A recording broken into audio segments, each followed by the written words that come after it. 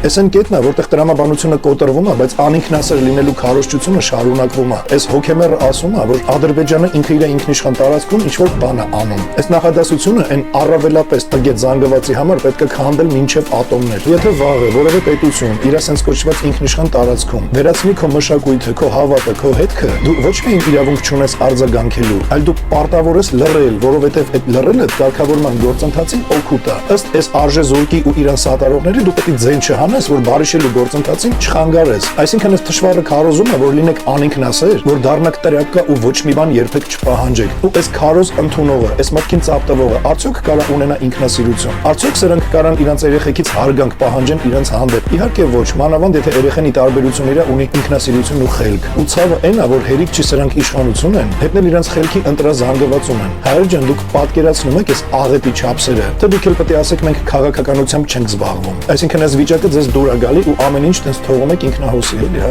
Այդ դեպքում ստեղ արդեն հարց է, էլի առաջանում, բայց ինչից եք դժգոհ։ Սրա այս դիրքորոշումը արդեն ոչ թե քաղաքական մոտեցում է, այլ մշակութային կապիտուլյացիայի իրավականացում։ Ու դուք քաղաքականությամբ զբաղվեք, թե չէ, սա ձեզ էլ է վերաբերվում։